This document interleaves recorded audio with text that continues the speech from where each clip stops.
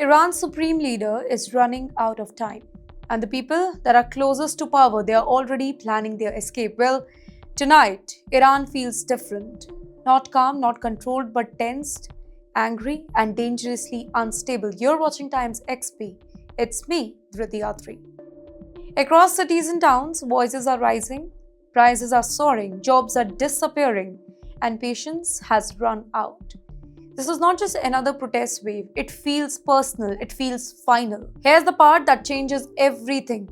While ordinary Iranians face batons, bullets, and arrests on the streets, those at the top, they are quietly packing their bags. A bombshell report from France's Le Figaro. It claims that senior Iranian power brokers, they are secretly seeking French visas. Wait, not for themselves, but for their families. Can you think about that? When leaders send their families away, it means they don't really trust their own future. And who's saying this? Iranian French journalist Amanul Razavi, a man with deep access and deep resources. He claims that this is not limited to any one faction. No hardliners, not the reformers, everybody. Even figures that are close to Iran's parliament leadership, people who publicly defend the system, they are behind the closed doors just looking for any sort of exit.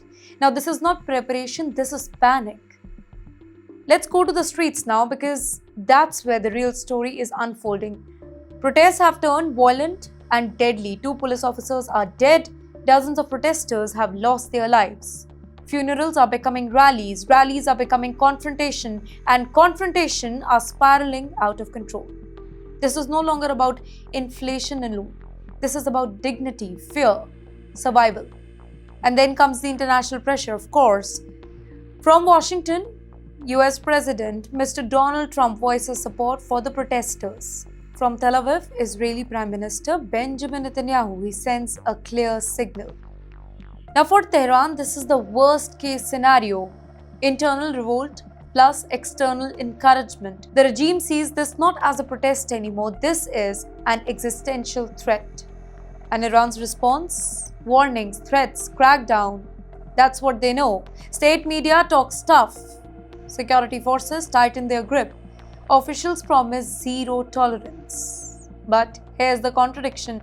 If the system is so strong, then why are these elites looking for French visas? This is the moment Iran's ruler, they fear the most. When fear flows upwards, when loyalty cracks, when power starts planning escape routes. History tells us something very important. Regimes don't collapse when people protest. They collapse when elites stop believing. So the question tonight, it is very simple but extremely chilling. Are we watching the beginning of the end or just the most dangerous chapters yet? Because when streets burn and leaders quietly flee, something is breaking inside Iran. And once that break begins, there is no easy way of going back.